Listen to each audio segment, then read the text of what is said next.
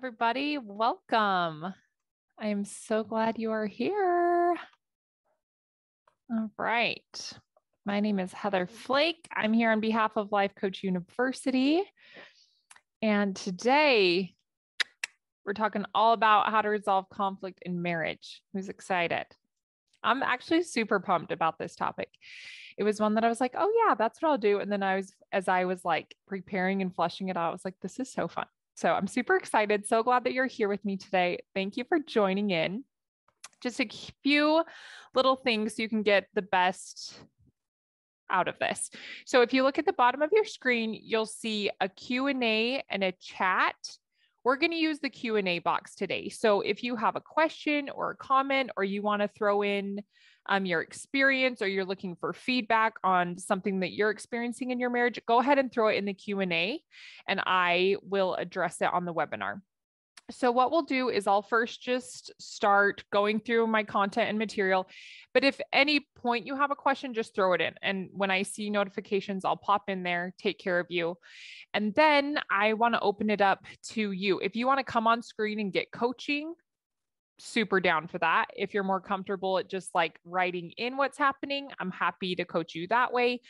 But this is for you. You're taking your time and your energy to be here today. So I want to make sure that you get something out of this. So I have a lot of great content, but make sure that you bring what you have to the table. And I'll just tell you, these talks, these classes are so much more fun when you can engage and participate. And I think everyone benefits so much. And I know sometimes it can feel scary to like ask a question or put something out there, but I guarantee you other people are thinking something similar or maybe even the same thing. And like, let's be honest, we all struggle. We all have challenges. We all have difficulties. Marriage is no joke. So you're in a really safe place. If you don't want, I never say anyone's name because these meetings are recorded and I share them. So if you don't, I won't ever use your name, but if you don't want me to see your name, you can always be anonymous. So lots of ways to get the good help that you need. So let's jump in. All right. So I am here, like I said, on behalf of Life Coach University, which is such an amazing organization. And our whole mission is to get life coaching to as many people as possible for free. We just want people to be able to experience the power of coaching. And we work on a pay it forward platform, which means after you attend one of our sessions, we just ask you that you pay it forward in the world in whatever way you see fit. So maybe that's paying for somebody's order behind you in line, or maybe it's just smiling at someone, or maybe it's something with yourself. Maybe it's doing some self-care. Like, you just get to decide, but it's just it's a fun idea. And you can go to lifecoachuniversity.com. There's some really fun little testimonials. People have shared how they've paid it forward, and that's super fun. And there's always lots of great classes.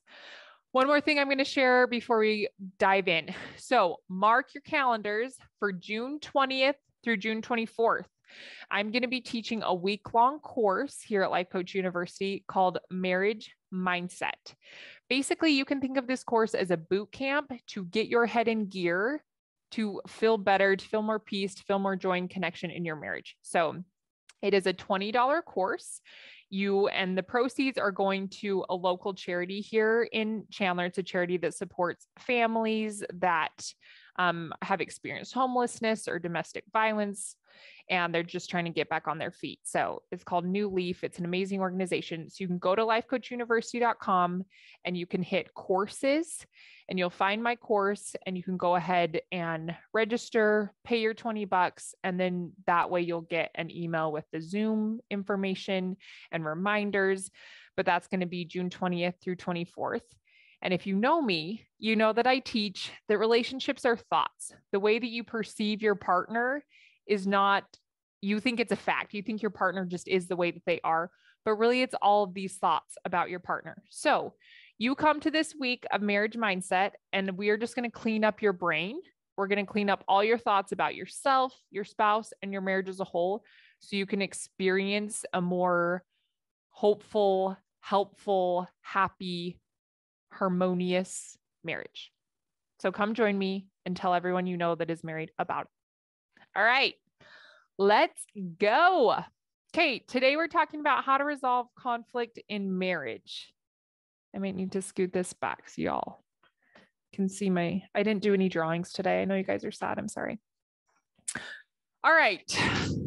So the first thing we got to chat about is our definition.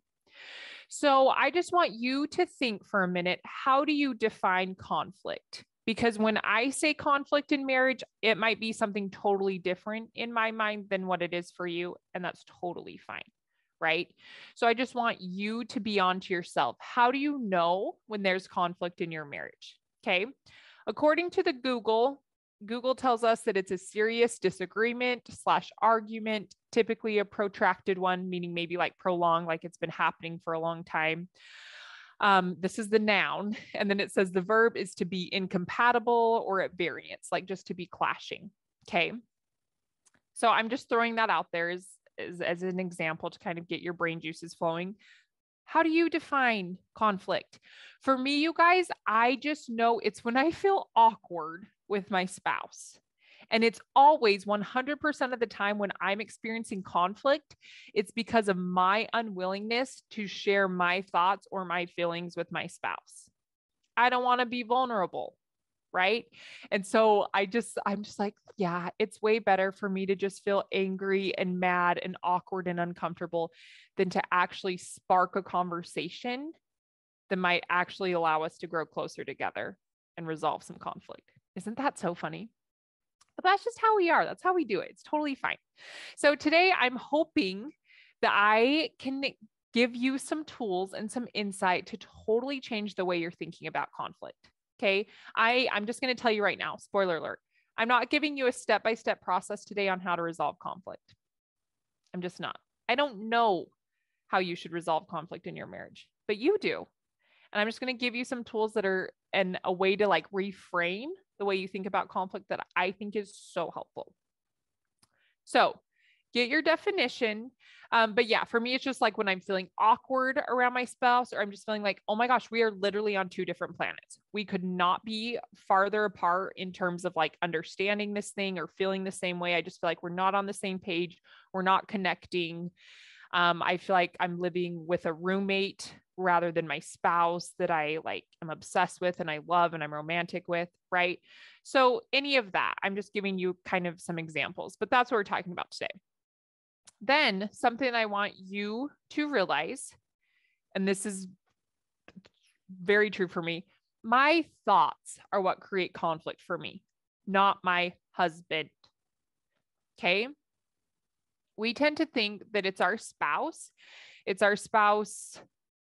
spending too much time on their phone, or it's the way that our spouse parents or the lack of parenting that they're doing, or it's the way that my spouse just spends way too much time at the office and he doesn't help me enough. That's why I feel conflict. No, I feel conflict because of what I'm thinking about the amount of time my spouse is at the office. I'm feeling conflict because of the thoughts I'm thinking about the way my spouse parents our children. Okay. And I tell you this because when I can own all of those things, I get all my power back. If I can be 100% responsible for my feelings, you guys, it is a victory, because if I'm in charge of my feelings, that means I don't have to be a victim anymore. And I think that's the best news that I could share with you. Okay. I'm going to turn the page. If you were here a little while ago, I did a truth bomb. I forgot to draw my truth bomb, but this is the truth bomb page. Are you ready?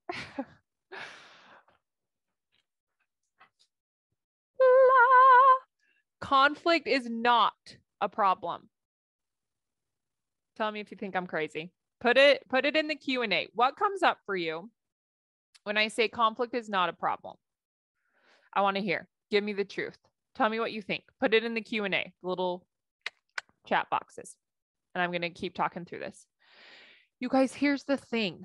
Conflict, of course, is a very natural, normal, maybe even big part of marriage. Like, hello, it's you. And then you get this other person that you're like, oh yeah, I like you, want to be with you. Like you're super in love with, you get married and you make a life together. Of course, there's going to be conflict. But I think we experience more conflict within ourselves because we get upset that there is conflict. Okay. So honestly, today I want to convince you that you should accept conflict and that you should embrace it and that nothing has gone wrong here. Conflict is totally part of the plan when it comes to marriage. Okay. Yes. Here we go. Someone says, I'm really scared of conflict, but when me and my spouse have it and take the time to resolve it, I feel like I'm back in the honeymoon phase all over again. And I become re-obsessed with my husband. So as much as I hate it, I also love it. Yes. Like I love that too. I read this amazing blog post. I think it was on Monday when I was prepping for this, that was just like so bomb. It was so good. And it was that exact same thing. Like a lot of us, I know this was definitely the case for me. I grew up in a home where we didn't do conflict. Like if someone was upset, like if my mom was upset or whatever, then she would just go off and be upset. But we never like talked about it. I never saw my parents deal with conflict. And so several different things happened as a result of that. I just thought my parents had a perfect marriage and there was no conflict, which now that I'm married and I'm an adult, I'm like, LOL, that doesn't exist. Right. But if you've had a similar experience where you don't see conflict, then when you start to have conflict, you think something's wrong with you. But just like our friend is saying, is when you are actually in the ring and you're like, all right, let's do this conflict, meaning let's try to resolve it. Let's actually talk about it. Let's put it on the table. If you are willing to be vulnerable and uncomfortable, you grow closer together. I think most often. There's definitely going to be cases when that's not, but maybe even that's good because maybe that allows you to see like, okay, this just isn't what's best for either of us. So I think either way, conflict can be a win-win. Someone says that I have to just that I have to just live it as it is, as if there is no chance for him to change. Okay. Here's what I want to tell you, friend. What if he doesn't need to change? What comes up for you? What if he doesn't need to change? What if just the way that you think about him and the way that you think about you, what if that could change? Right? Because I think it can be really disempowering. And I've totally been there to just live in this space where it's just like, all right, this is as good as it's going to get. Like when you put a ceiling on your happiness, especially in your marriage, on like the just like the pure goodness and sheer amazingness that you can feel in a marriage, if you put a ceiling on that, it's super demotivating. And then there's never really a need to try anything else because you're like, well, I'm at the ceiling. This is as good as it's going to get because homie is not going to change. And if he doesn't change, that means I have to feel bad. Do you see how that makes us the victim? But what if instead we're just like, oh no, I'm just going to be responsible for all of my feelings. And I know that husband can't control the way that I feel, that I'm in charge of that. What might your mind see? What other options might you be open to? Okay. Someone says, when there's conflict, I can't be upset because he calls me a teenager. All right. Let me tell you something. That, my friend, goes in the circumstance line. And we'll come back to that. But your husband saying to you, you're a teenager, guess what? You get to decide how you want to think about that, how you're going to feel about him, how you're going to act, how you're going to show up, what you're going to get. Okay. Your husband can say whatever the heck he wants to. And just because he says you're a teenager doesn't mean that you can't be upset. You can be upset all day long if you want to be, but you're upset because of what you're thinking, not because what your husband is saying to you. That makes sense? I want to go deeper into that when we get to the model part. Okay. Okay. So then our friend is saying, that's talking about as if there's no chance for him to change, says, I need him to change. He eats loud. He drives too fast. He talks too loud. He lacks drive and ambition. Okay. But how does that feel? Honey, you don't have any control over how he eats. Right? Like, I just really don't suggest like tying him up and super gluing his mouth or whatever. Like you don't get to control how your husband eats or how he drives or how he talks. And then you're saying he lacks drive and ambition. That's a thought. That's not a fact. That is not something that everyone in the world would agree on. That is just a thought that you think that is poison for you. When you think he lacks drive and ambition, how does it make you feel? When you feel those feelings, how do you act? When you act that way, what result do you create? Okay.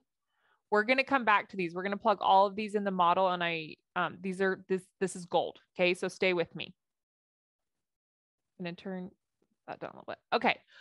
So here's the thing. If you can just accept that conflict is totally a part of the game of marriage, then when it comes up, maybe, and the more like accustomed you get to this idea, maybe it's not so frightening and scary, right? Like our first friend said, like, I just hate conflict and I feel so scared.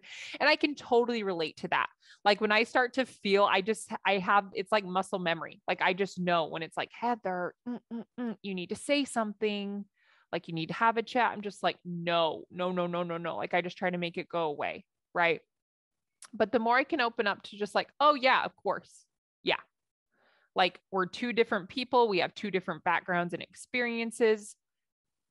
I'm a female. He's a male. That creates a boatload of differences as is. If I can just accept, like, of course, we're not going to agree. Of course, I'm going to be annoyed sometimes. Of course, he's going to be annoyed sometimes. Let's do some conflict. Like if I can just accept it, then it's not such a big looming problem when it comes up. But here's the golden question, my friends. What are you making the conflict in your marriage mean about you? First, about you. When there's conflict in your marriage, what are you making it mean? Are you making it mean that you're not a good wife or husband? Are you making it mean that marriage is just too hard and it's really not for you? Are you making it mean that this was always a mistake? I never should have done this in the first place. We rushed into this, right? Like, I promise you're making the conflict mean something, and I want you to answer that question. When there's conflict, what do you make it mean? And the last question that I have for you, listen to me. If there's no conflict, then that means it's a flat line. That means we agree on all the things. That means we feel the exact same way about all the things. Boring. Think about a hike, okay? Let's say you get all prepped and all ready to go on a hike. So like you have a backpack on, like we're talking a hike. So you have a backpack on with snacks and gear and poles and whatever hikers use, and you have your boots on and all the things. And then you get to the hike and it's like this the entire time. There's never any switchbacks. There's never an incline or a decline. Like it's literally just flat the entire time. You don't even break a sweat. Aren't you going to be kind of disappointed? You're just like, what the heck? Like I got all this gear, I got all ready, and like that was so lame. And you're not probably going to feel super proud of yourself because it wasn't a challenge, right? So I want you to think about that. You really don't want things to be flat, right? And I know sometimes in seasons we're like, oh my gosh, I wish it would just be so flat. I'm so sick of this incline. I know that sometimes it feels like you are on an eternal switchback. Okay. But I want to show you something. I want to introduce you to a concept that I love to call life is 50-50. And today we're using the word marriage. Marriage is 50-50, my friends. Okay. So pretend this is symmetrical and this is a circle, the circle of life. Okay. Half of the time you just feel really positive, great emotion. And I'm going to talk in marriage, right? So half the time in marriage, it's happy, it's exciting. There's passion, there's intimacy. It's just good. You feel good, positive emotion. And then the other half of the time, you don't. You feel negative emotion, right? You feel depressed, you feel discouraged, you feel guilty, you feel alone, you feel afraid, negative emotions. Okay. 50-50. This is just the experience of life. This is just the experience of marriage. So it's like, if you just knew when you were at the altar, when you were saying your vows or whatever it is that you did to solidify your marriage, right? If the guy marrying you is just like, hey, just so you know, your marriage is going to be 50-50. Half the time it's going to be so amazing, and half the time it's going to be not amazing. Are you in? Would you be like, no, I'm only in if it's 100. I mean, 100 period. Like, I don't want any negative emotion. And I think sometimes we think that when we get married, we're just like, oh, I found my person. We're like intoxicated on love. in with whatever I'm trying to say. You get what I'm trying to say? Like, we're just so in love with them that I think sometimes we really do think that it's going to be 100% amazing. So then when the negative starts to come up, when challenges start to come up, when life starts to happen, we're like, what? We're so dejected. And we immediately like turn to ourselves, something's wrong with us. And then we turn to the spouse. Their fault. This is all their fault. Had I married Tom Hanks, I almost just said Tom Hunt. I was trying to think of Top Gun hot guy. What's his name? Tom Cruise. We're like, if we would have married Tom Cruise, this would have been way better. No, even Tom Cruise, even being married to Tom Cruise is 50-50. Y'all. Doesn't matter who the spouse is. It's all 50-50. But here's what's happening.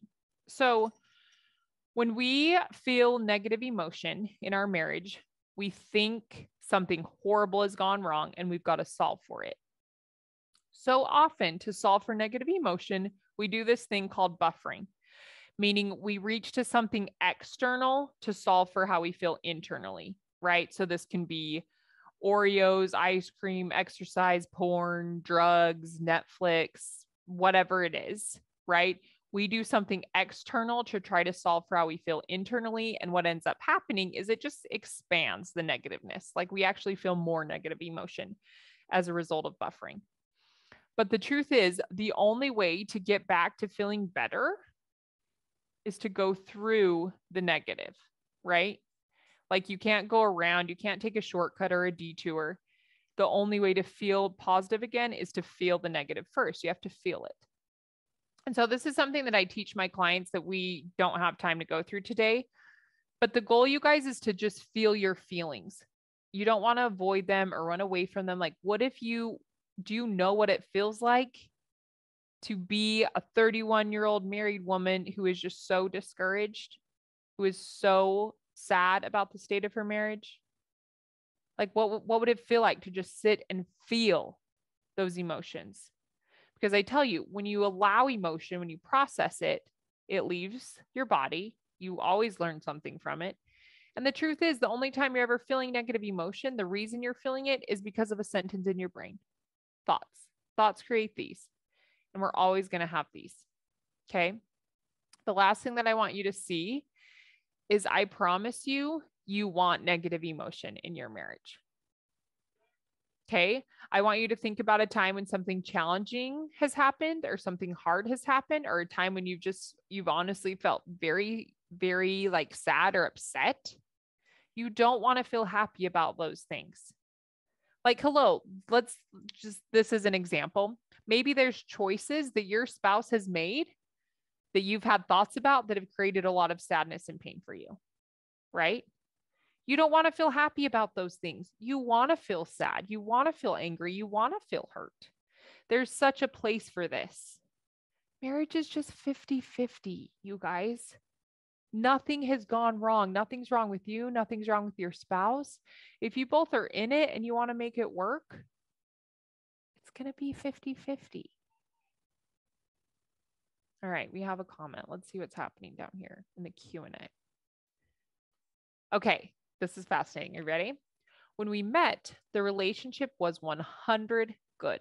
It only got bad once we got married and the real life of children and moving house and in-laws, etc. AKA life. When life happened. And these are just your thoughts. Because here's the tea. I promise you, it was never 100. You think it was 100 because of the thoughts that you were having. And I want you to tap into that, right? When we met, the relationship was 100% good. It's because of the thoughts that you had. It's the way that you were thinking about yourself and your spouse and this marriage as a whole that was creating that feeling of like, this is so good. And then you got married. And so maybe you have some thoughts about marriage, and that's what makes you start to feel kind of bad. And then you have kids, and then you move houses, and then you have in-laws, which all of those things are circumstances. Remember, circumstances can't make us feel feelings. Our thoughts about our circumstances make us feel feelings. So I promise you, the reason you feel like it was so good back then is because of what you were thinking. And the reason you feel like it's not that good right now is because of what you're thinking. I'm going to come back to this. We're going to plug all of these in the model. It's going to be really helpful. But I want you to just open up to this. This idea is super helpful for me because I don't feel all this pressure and stress when when I feel conflict in my marriage or when I'm feeling off. Like last week, I'll just be super honest. I was super off last week in my marriage. I just like wasn't feeling it. I was having a really hard time. I was very closed off. I was pretty withdrawn. I was just very to myself. I didn't want to talk about it. And this helps me to know that it's just like, yeah, it's just 50-50. But I also knew, hey, Heath, when you want to feel better, when you want to get closer, when you want to work through this and get out, you're going to have to be vulnerable and it's going to be uncomfortable, honey. So whenever you're ready to do that, you can do that. Okay. Okay. One more thing before we start to plug all these things in your model. So while I'm going through this, you guys can be putting in the Q&A specific things that you, just like all the examples I've already read is golden. That's exactly what we're going to use to plug in this model. So if you have something specific, throw it in there. Okay. Something that I want to encourage you to do is to know thyself. What I mean by this is I think it's really helpful to just sit with yourself and kind of debunk and understand how you do conflict. Okay. So when conflict arises, what is your style? Do you yell? Do you leave? Do you bottle it all in? What are your preferences? You know that phrase, I remember like when Devin and I got married, we had this book where people were like writing marriage advice in it. And I remember my dad's secretary, I love her. P.S. Love her. I remember she wrote, never go to bed angry. And I was just like, like, I'm never going to be angry at Devin. That sounds like a weird thing. And then 4 days later, when I was angry at Devin, it was just like, oh, I prefer to go to bed angry. That's better for me. Okay. There's no right way to do it. So that's why it's super important to just know thyself, know what's best for you. If I'm going to be a better partner, actually, by going to bed angry, then fantastic. Let's do that. You want to know your patterns, right? A lot of this is just about patterns that you get in cycles, right? It's like, okay, my husband does something. I have a thought about it that makes me really mad. I'm angry. I ignore him. I'm cold to him. And then a few days later, the dust settles and we're friends again. Or maybe the pattern is I get really upset. I confront my husband. I try to talk to him about it. He doesn't want to talk about it. I get more upset. Like you just want to be onto yourself. What are your patterns? And you're not judging any of this. Like it's just really helpful information to know about yourself. Okay. Also, I think it's really helpful to bring in like, how are you raised? Just like I talked about at the beginning, how did you see conflict? Did you ever see conflict modeled? And if you did, like, what was your perception of it? Think about your past. What experiences have you had in the past? What were your expectations? All of that is going to play a role in how you show up when it comes to conflict. And so it's super helpful to know that about yourself. And you also want to know, how do you process conflict? Like my husband and I are very opposite. When there's a conflict, Devin is like, all right, let's go. Let's talk about it right now. Let's make it better. Let's move on. And I'm like, hiya, go away. I'm going to need some time. Like I need time to sit with it. I need time to process. I need time to like play, like literally practice in my mind what I'm going to say. I need time to just honestly get the courage up to say something. Like that's a muscle that I have been working on for years. And it's like my muscle is stronger. Like it's still a challenge for me. But because I know this and because my husband now knows this, it makes it so much easier because there's just space. It's not so heavy anymore because he knows, I know. And it's like sometimes we just have to meet in the middle, right? I would prefer time. He would not. And so sometimes it's just like, I have to be like, all right, Heather, I've got you. The worst thing about this is just going to be how you're going to feel. You're going to be safe. I'm going to take care of you. We can do this. Let's go. Right? I just kind of have to talk to myself. So you can also take this exact same thing and put know thy spouse. What is your spouse's style? What do they prefer? What are their patterns? How were they brought up? Maybe what are their expectations? Maybe you don't know, but I think it's also really helpful to bring them into it too and just be like, oh, like it's really easy to just be consumed and concerned about ourselves, especially in the midst of a conflict. but it's really helpful to be like, oh, turns out there's another person here. How might it be for them? How might this experience be for them? Right. And then the best way, you guys, to do this, to know thyself, if you're like, okay, sounds great, I don't know how to do that. It's really easy. You just sit down, you grab a pen and a paper, you do what we call a thought download, and you can just ask yourself, how do I respond when it comes to conflict? Or you can literally write on the top of your page, conflict in marriage. Go. I promise you all kinds of thoughts will come up. We're going to run some models on this next page, so I'll show you how to do that. But I like to just call it self-realness. Like you just sit down with your good little self and you're just like, all right, self, how you doing? How are you feeling? What comes up? Like you're super mad right now. Like you just want to like, what's that word? Do like an evaluation.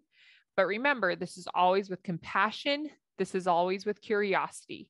Now, there is never any space for like hate or judgment. It will totally derail you. You're just being curious. You put your cute little white lab coat on, you observe, you figure out what's going on for you. And here's what I love about this, you guys. You want to know yourself so that you can show up as your best self for you. And it's like, yeah, I think there's totally ripple benefit effects, right? Like for your partner or your family or whoever. But honestly, you want to know about yourself and what you prefer and how you operate and what you've done in the past, maybe. So how that's influencing now. And not like that. Erase what I just said. But what I'm trying to say is you want to know about you so that you can show up as your very best self for you, because you love you and you want to take care of you and you want to be your best for you, because that's going to feel really good and that's going to increase your confidence. And then, yeah, everyone else in your circle benefits. Okay. But so you can just think of it that way. Like, oh, in order for me to show up as my best self, I'm going to have to like get in there and do some work. It's like the garden. I explained this to a client once. It's like, listen, you just have a lot of weeds in your garden. We're just digging them up. And some of the weeds have really like intense roots that we just got to keep digging and keep working on. But it's like, you want to be willing to get in the garden and like see the weeds and get them out and figure out why they're so deep in there. Like you want to do that work. Okay. Are there any questions up till now about, what's been happening? If not, I'm literally going to start at the beginning here with some of the things. Oh, we do have one. Hold on. Okay. Before, my style was to yell and swear. Now I'm really quiet. One time our neighbors heard me yelling at my husband and I was so ashamed and felt like everyone knew my business. It was horrible. Okay. So even that, friend, just a thought. Like, why is it a problem that your neighbors knew your business? It's just because you're thinking, oh, like, right. You felt all of this shame because you're thinking that you should be different. But it's like, if your style is to yell and to swear, and if that serves you, fine. If you don't like the way yelling and swearing makes you feel, then guess what? There are literally so many options when it comes to resolving conflict. Okay. So just be on to that. Okay. I'm going to go back here to the top. Okay. Okay. So husband says, okay, so friend, listen up. I'm going to use your example where you said, I can't be upset because he calls me a teenager. So if that was you, be ready with your fingers. I want you to answer right now. When, what do you think when your husband says to you, wait, let me read this again. When there is conflict, I can't be upset because he calls me a teacher. Okay. So when your husband calls you a teenager, tell me this. What do you think about that? And when you think that thought, how does it make you feel? What do you think when he says you're a teenager? How does it make you feel? Put those in the Q&A for me. Okay. Husband says you are a teenager.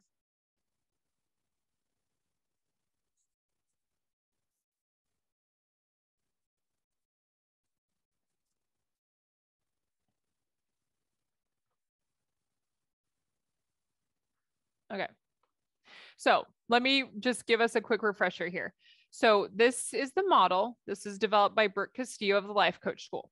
The C stands for circumstance. A circumstance, you guys, is the fact of our story, the fact of the scenario that we're looking at.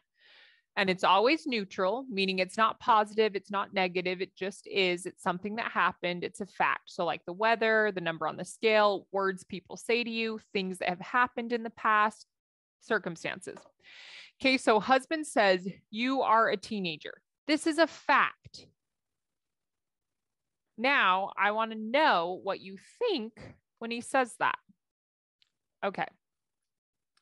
Teenager stupid. So you feel stupid? Tell me what you thought when he said, oh, you're acting like a teenager right now. Yeah. Okay. I feel stupid, but tell me, what were you thinking that made you feel stupid? Because there's something happening in between this. Husband says you're a teenager. That's not why you feel stupid. You feel stupid because of a thought. What's your thought? Yeah, here we go. He is so rude. So now we test it. So when you think he is so rude, does it make you feel stupid? How does it make you feel? When you think he is so rude, what emotion does that create for you? I appreciate your fast typing. You're the bomb. Okay, you feel angry. Now start typing and telling me, what do you do? In this scenario, he calls you a teenager. You feel angry. What do you do when you are angry?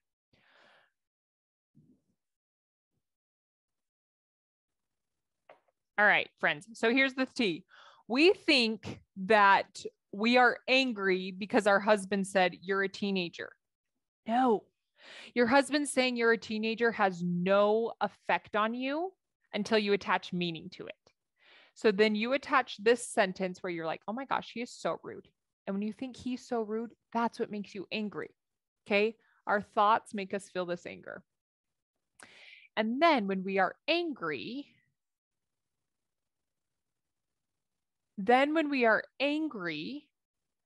we roll our eyes, we sigh, we put him down. Okay.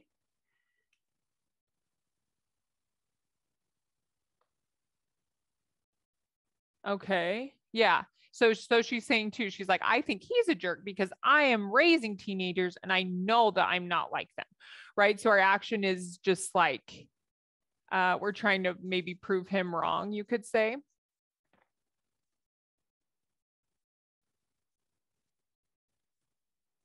Okay. Amazing, friend. Thank you for giving all of this to me. You're the best. Okay. So let's look at this as a whole. All right. So husband says you're acting like a teenager. My thought, he's so rude. When I think he is so rude, that makes me feel angry. When I am angry, I do things. So the A, you guys, stands for actions. So we always act based off of how we are feeling. Feelings motivate our actions, right? So because she's feeling angry, she rolls her eyes at her husband, she sighs, she puts him down. And then there's this narrative like, oh my gosh, I'm not a teenager. I have teenagers. I know how they act. I'm not acting like them. But listen to this. The action line then creates your results. What you do and what you don't do creates results, right? So when friend is rolling her eyes and sighing and putting her husband down, the result is you're acting rude, right? Here's the T. Our result line always shows up in our thoughts. So when your thought is, he is so rude, and then you feel angry, you do things that cause you to show up just like your husband. Does that make sense? Now, here's the thing. We never use this model to beat ourselves up or to be like, oh my gosh, I'm the worst. This is just like, oh my gosh. Right? Like, this is just so insightful. It's like, this is hilarious. When I think that he's rude, I feel angry, and then I do things, and then the result is I'm actually rude, right? So let me just play for a minute, okay? The reason we know that this guy, this circumstance is not a fact is because not everyone would have this same model. Okay. So let's say that someone else's husband says to them, "Ugh, you're acting like a teenager." And maybe their thought is, "Go me, I'd love to be a teenager again." And then they feel thrilled. And so then they, I don't know, they put on their favorite outfit. They go get a Slurpee at Sonic. I don't know. And the result is, I feel youthful. Okay. Or maybe husband says, you are a teenager. And the thought is, he can totally be wrong about me. And the feeling is just peace. And then when I feel peaceful, I can have conversation. I can say, "Tell me more about that." I show up as the person I want to be. Do you see this? Like this part is the only part you don't get to control in this scenario. You don't get to control what words come out of his mouth. But this guy, all on you, sis. You totally get to choose what you want to think, how you want to feel, how you want to act, what you want to create for yourself regarding this circumstance. Tell me what you're thinking that we've played this out. What's happening for you? Ha! I show up like a tutor. Yeah, isn't it so funny? It's so funny, but that's always what happens. Relationships are mirrors. It's kind of freaky. Like we're just like, ew, like we're nitpicking and this person is doing all the things. And if you go like this, you're like, dang it, I'm doing those things too. And maybe it's in a different way, but it's like there's always what's that word? Cross connections. I don't know if that's a word, but that's what I'm trying to say. Okay, you let me know how you're feeling about this. We're going to do another one. Nope, put this down. We'll come back to this guy. Okay.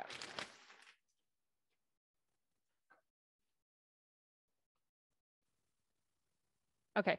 I've explained to my partner that I don't like being called a teenager. I've told him this for years. He does it to push my buttons. Okay. So there again, sister, you just know this. And here's the thing.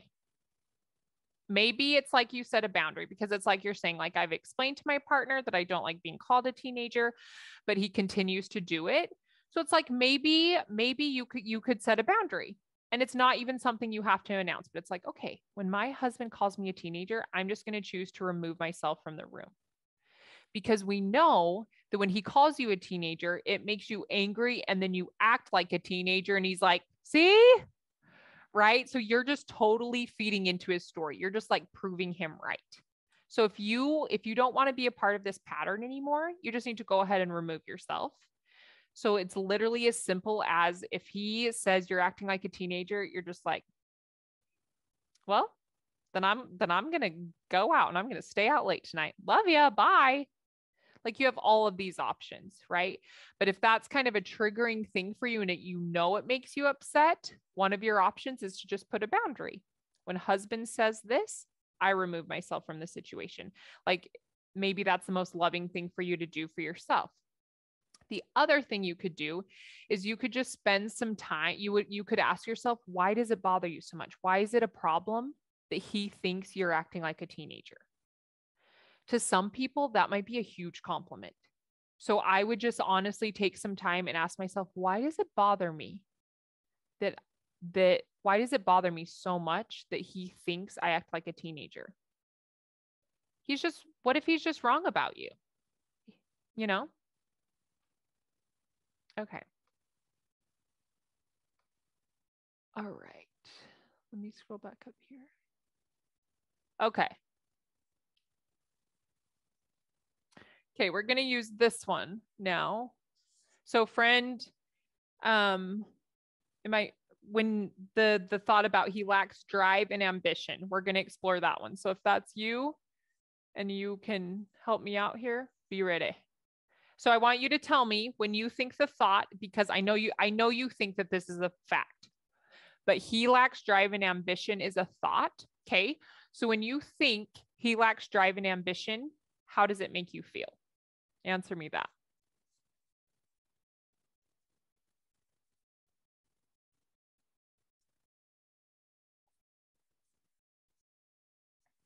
Here's the other thing. We want to ask ourselves, What's actually happening? Like, what's the circumstance? I don't know the circumstance.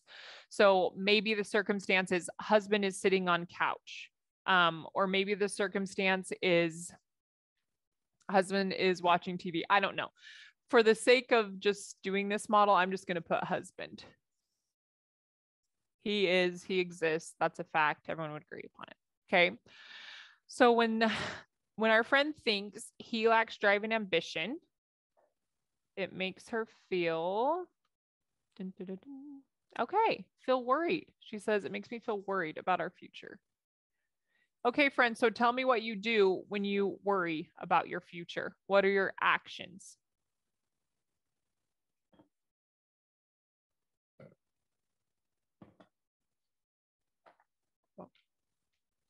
Again, let's review. You don't feel worry because of your husband, because your husband is neutral. He's just a human being. He's just a person that exists on planet Earth. Okay. Husband is neutral. He just is. Husband cannot make you feel worry. The reason you feel worry is because of this thought, this story that you're telling yourself of, wow, he lacks drive and ambition. And then you have all these kinds of beliefs about that. And then you start to worry. You're worried about your future. So then when you're worried, let's look at what you do. Can't sleep. Get another job.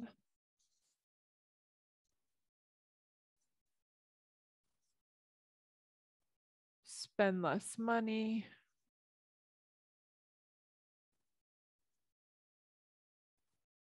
Don't buy nice things for kids. What is that? Don't buy nice things for kids. You probably don't invest in yourself.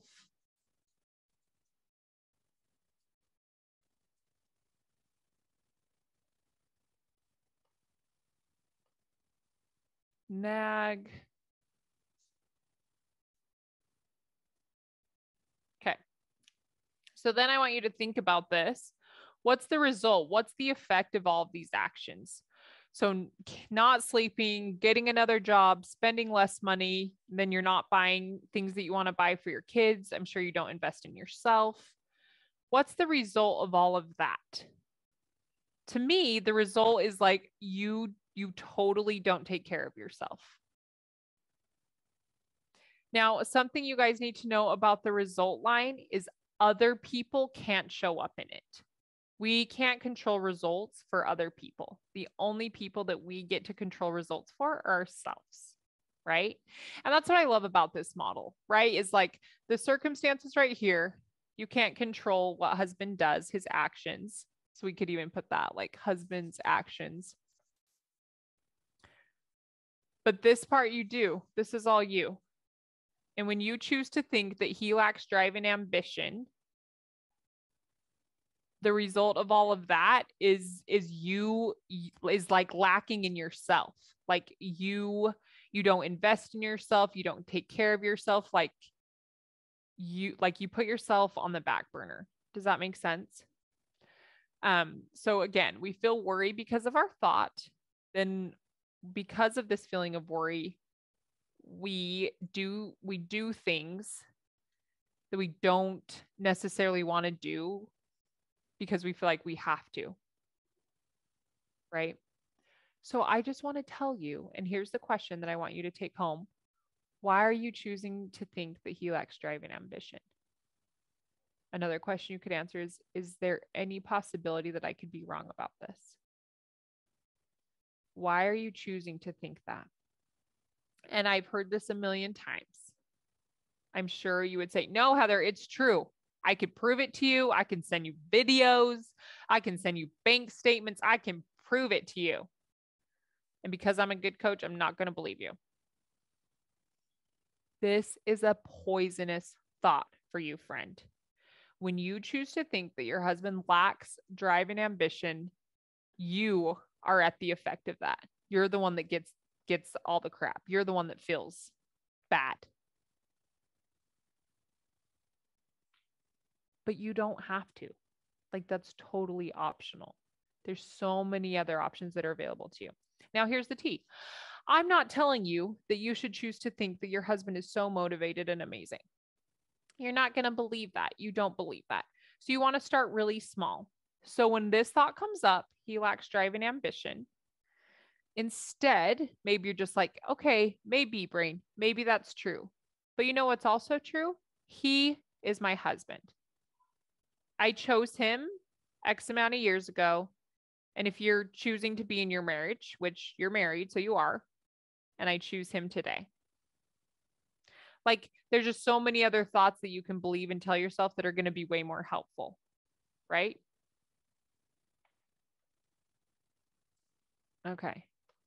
I'm going to come back to here for a minute, and then if we have more time, we'll do more models. Thank you so much for participating. Y'all are the best. Okay, so,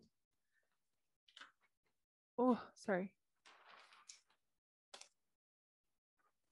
All right. So the model, that's a really, really helpful way to just take a look at what's happening and to help you see what your brain is making you do, right? Like the model helps you to take all of your power back and be like, okay, this is just what's happening. This is just the way it is. These are the choices husband is making. This is the way that he's choosing to live his life. Who do I want to be? How do I want to act? What kind of life do I want to build? And that's where all of your power will keep coming back. You're not a victim. Don't make yourself a victim by the stories you tell yourself. And so often we do. We tell ourselves these stories and we live in this house where we are literally trapped as the victim. But you don't have to do that. Okay, lastly, to wrap up, I want you to think about this. When it comes to conflict in your marriage, is resolution the goal? Now, I know that sounds silly because I literally told you, hey, come to this class. I'm going to teach you how to resolve conflict. But if anything, I just want you to think about how you frame it, how you view conflict. Because for me, so often when I'm in conflict and my husband and I come together to resolve the conflict or whatever, sometimes it ends and I'm just like, well, what the heck? We still don't have this figured out. There's not a solution. And I feel sad. I feel stressed. And my husband is just like so relieved. He's like, oh my gosh, we're talking about it, Heath. That's really that's what matters. Like we're having conversation. It's out on the table. We're going to figure it out. We're on the same page about it. That is the solution right there. I'm just like, oh, but it's like, I just want to feel better. Right. But I know that I'm in charge of how I feel. So I can just choose to think, man, we still don't have a solution. This is horrible. And I'm going to feel crappy. Or I can choose to think, oh my gosh, I'm so grateful that I'm in a relationship where I can share and I can be heard. I can express how I feel, even though it's hard, whatever. So for me, I just try to make communication and vulnerability my goal. I just kind of take solving out like here. And here's the thing, this is a spectrum, you guys. There's little things, there's little baby conflicts that can be solved really easily. And then there's conflicts, right? That maybe they last for years. Maybe you're not going to find a solution for a long time.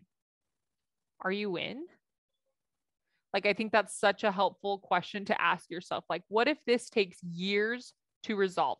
What if this takes, if I was like a genie in a bottle and I was like, listen, sister, you are going to have 800 vulnerable, awkward, uncomfortable conversations with your husband before this gets resolved. I can see it all right here. It's 800. Are you in? Should I put you down for a yes, or are you a no? Because that's the thing. Are you in? Yes or no? And no one can answer that question for you except for you. But I think that's helpful because it's just like, okay, if I go into conflict resolution, come to Jesus chats, whatever you want to call them, with the goal being a solution, sometimes I'm just totally setting myself up for failure because it's complex, right? You as a human are so complex, and then you're adding another human and you're trying to make a go at having a unified whole life together. Complex, y'all. So if I'm just like, oh, no, like it just lowers the stakes for me. All of a sudden I can breathe and I feel like I have space. And I'm just like, oh, yeah. The goal is just for me to like word vomit all the things that I'm thinking and feeling. And then to just like chat about it and see where we're at, how we can like move forward. Like, what do we do about it tomorrow? What do we do about it tonight? And maybe the answer is we go to bed. And here's the thing. If it's like, yeah, it's going to take 800 chats that are going to be awkward and uncomfortable, but you resolve it, think about who you actually become in that process. What kind of a wife, husband, what kind of a person? How do you evolve as a person from being willing to come to like, from being willing to do conflict? Like, I know this sounds so backward and this is in this context. Like, don't post this on a poster and put it on a billboard.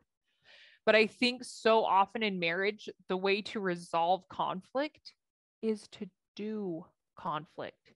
Meaning, hear me, is meaning just like being willing to put yourself out there, because so often we just stay small and we stay resentful and angry because it's our spouse's fault. They don't understand us. They don't care enough about us. This is their fault in the first place. And so we keep it all inside, sometimes for years and years and years, and we just let it roll over. And then we're so confused as to why we don't have a good relationship with the person we sleep with.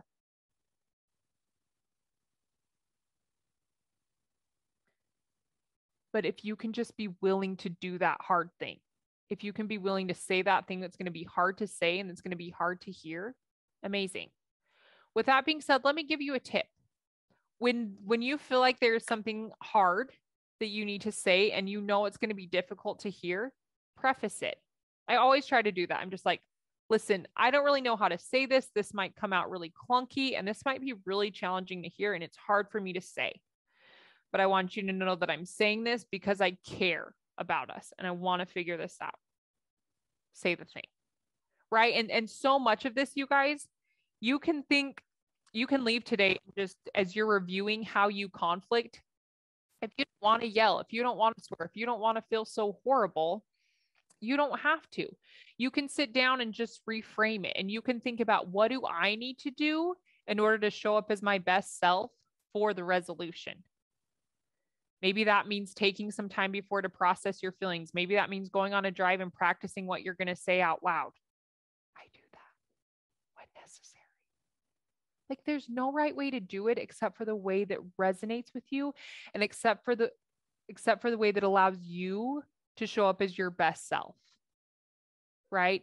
And even if you do show up yelling and maybe you're not super proud of that, that can just be an opportunity to be like, okay, what's going on for us? It's not an opportunity to berate yourself. Okay, I'm going to pop back into the conflict. Okay, someone says, when I go into conflict with the idea of resolution, then I go in close-minded because I have an idea. Oh, I love you. Yes, because I have an idea of what the resolution should look like. Stop shoulding. Whereas when I go with the idea that I'm going to be honest with him about how I feel, we turn towards each other rather than away. Yes, like I totally agree with that. And I think that's so true. When we do this, we have agendas. We have manuals. We're like, all right, we're going to have this conversation with the husband. He's probably going to say this, and then I'm going to say this. And we think we already know before we go in what it's going to look like, or at least what it should look like. And then when it doesn't go that way, all of a sudden we're just so derailed and we're upset. And it's like another pile of drama. So if you can just go in with the idea of like, you know what, my goal, being uncomfortable, being vulnerable, and listening. I'm going to try to just listen. That's my goal. You're way more open. And I think that's so often. I really do think conflict is an amazing way to bring you closer to your spouse. But it all depends on the way that you frame it, on the way that you're viewing it. And I just want to tell you, you guys, if you have a hard time with conflict, or if you just feel like you're too far gone or it's too late in the game, I want to tell you that you have every reason to be hopeful. And I think you would be so amazed at how quickly you can change by tapping into your brain, by tapping into your thoughts. And that's what I do. That's what I do with my clients every single week. We all just have stories and we have expectations and we have so much baggage. But I want you to remember that conflict is just a part of the marriage game. Whether or not we knew when we got married, we know now. We totally signed up for it. Nothing's wrong with you. Nothing's wrong with your spouse. Conflict is totally part of the game. Okay. And you just get to decide what you are going to make it mean. You get to decide how do you want to view it? Like, what's your perception of it? How do you think about it? What's your framework around it? And then this is the best part. You get to decide who and how you want to be in the conflict. Whether that's when it's happening, whether that's after it's happened, whether that's in the resolution, you always get to decide who you're going to be. We're out of time. If you have any questions, or if you have any further help that you would like, please reach out to me. You guys, visit me. You can go to heatherflakecoaching.com. There's lots of ways to send me messages on there. You can email me, heather@heatherflakecoaching.com. I'm on Instagram. You can send me a direct message, same handle. But get help. Don't silently suffer. And there is nothing to be ashamed about. Anyone that tells you marriage is easy is not in it. I'm telling you, there's a boatload of unaddressed conflict if they're telling you it's easy. It's not easy for anyone. It's not supposed to be. Remember, like the hike, the mountain, like people that hike Mount Everest, when they get to the top, they can celebrate so hard because like they just did this insane thing. It's hard. It's supposed to be hard. But you don't want to be a victim and you don't want to be your own enemy as you go through it. You want to love you. You want to be on your team. You want to be on your side. You want to know yourself so that you can bring your best self to the marriage for you. And I promise there's always hope. There's help. I can do that with you. And if not me, I know a lot of other people out there. So don't be afraid to reach out. Shame keeps us small. Shame keeps us hidden. Shame tells us that we can't tell anyone about this and we can't get help. And that is not true. So much could change for you, even in 24 hours, if you wanted it to. Okay, I want to thank you from the very bottom of my heart for being here with me today. Thank you for spending an hour of your time. This was marvelous. This replay will be posted on my YouTube channel, and it will help so many people. So thank you so much for sharing your experiences and your comments. All of it has benefited me, and it's probably going to benefit so many other people that will never even know about. So thank you so much for being here today. I hope to see you next time, and you can go sign up right now at Life Coach University for Marriage Mindset Week. I hope to see you there. All right, my friends, take care, and we will see you next time.